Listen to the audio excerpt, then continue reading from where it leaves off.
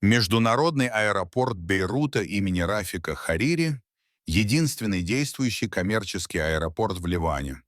Именно поэтому ежедневно сюда прибывают и убывают тысячи пассажиров из разных уголков мира. Через его терминалы проходит бесчисленное количество людей, а вместе с ними их багаж, посылки, личные вещи. Этот поток требует четкой организации и, главное, строжайшей безопасности. Чтобы все работало как часы. За порядком следят не только сотрудники полиции и охранные структуры, но и другие, менее заметные, но не менее важные помощники — служебные собаки. Эти четвероногие специалисты умеют делать то, что человеку недоступно. По запаху определять наличие запрещенных веществ, денег или иных нелегальных предметов. Их роль в обеспечении безопасности сложно переоценить. В тот день одна такая собака по кличке Бруно работала на утреннем патруле вместе со своим проводником, офицером полиции Ахмадом Фарисом. Бруно — опытный ищейка с безупречной репутацией. За годы службы он помог раскрыть десятки преступлений, и его чутье никогда не подводило.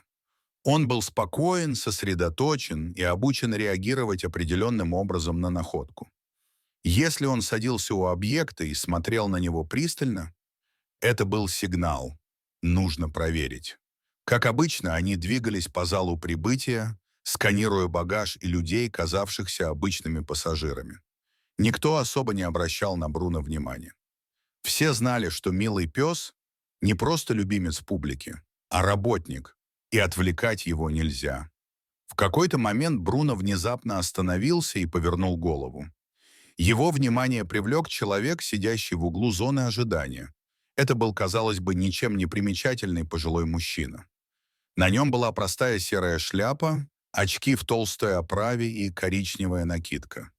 Он выглядел усталым, сгорбленным и держащим у ног черную кожаную дорожную сумку. Бруно насторожился. Он замедлил шаг, а затем уверенно подошел ближе. Офицер Фарис заметил изменение поведения собаки и сразу же переключил внимание на этого дедушку. Бруно медленно подошел к сумке и начал обнюхивать ее по швам, потом резко отпрянул, посмотрел на проводника, потом снова приблизился, нюхая резче и энергичнее. Наконец он замер, сел рядом и, не отрываясь, уставился на сумку. Его тело напряглось, хвост был прижат, уши насторожены. «Это не просто вещи», — пробормотал Фарис и подошел к пожилому мужчине. «Извините, сэр, не могли бы вы открыть вашу сумку?» «Что?» — произнес старик хриплым голосом, немного сбивчиво. «Это просто лекарства и одежда. Я старый человек, приехал навестить внуков». Но голос его дрожал, и глаза суетливо метались по сторонам. Фарис с первых же секунд понял.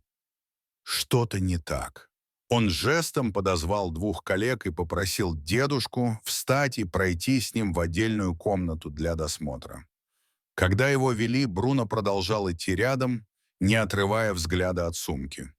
В специально оборудованной комнате мужчину усадили на стул, и полицейские начали задавать стандартные вопросы. Старик путался в ответах. Его акцент казался неестественным, а движения неуверенными, будто он играл роль, к которой был не готов. Фарису разрешили вскрыть сумку. Он натянул перчатки, аккуратно расстегнул молнию и откинул вверх. То, что он увидел, повергло всех в шок. Внутри, прижавшись друг к другу, дрожали три крошечных тигренка. Их глаза были широко раскрыты. От испуга они почти не дышали. Мягкая черная подкладка сумки была мокрой, а запах невыносимым. Очевидно, они провели там долгие часы, возможно, даже дни. Условия были ужасными. Темнота, теснота, отсутствие вентиляции и пищи. «Боже!» — выдохнул один из офицеров. «Это живые тигрята». Собаки-ищейки обучены реагировать на наркотики, взрывчатку и деньги. Но Бруно, как оказалось, отреагировал на нечто более глубинное — страдания живых существ. Псевдодедушка тут же попытался встать, но был немедленно обезврежен. При обыске выяснилось, что на нем был грим, а под одеждой обтягивающий костюм, скрывающий мощную фигуру. Он был не стариком, а взрослым мужчиной примерно 40 лет, профессионально подготовленным к перевозке контрабанды. Позже стало известно, что он связан с международной преступной группировкой, специализирующейся на незаконной торговле экзотическими животными. Бруно, несмотря на волнение, оставался рядом с тигрятами.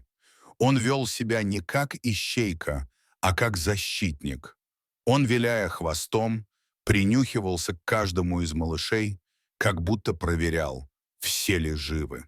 Сотрудники аэропорта немедленно вызвали ветеринаров и представителей службы защиты животных.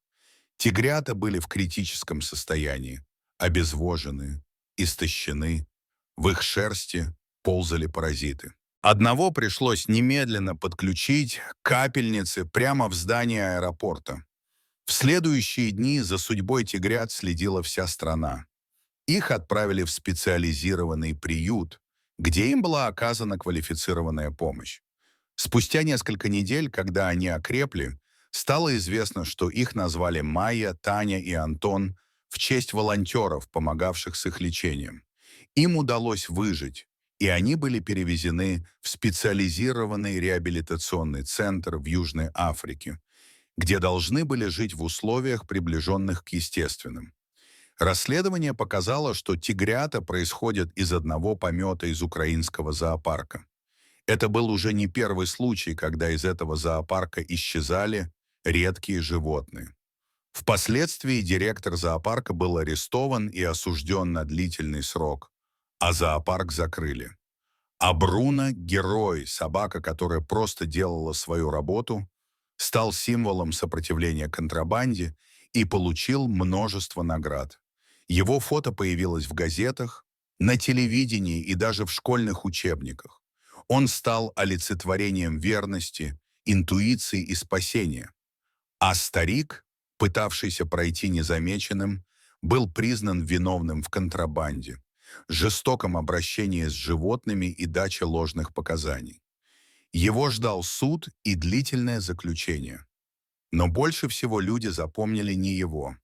Они запомнили Бруно, собаку, чей нос, сердце и преданность помогли спасти 3 маленькие жизни.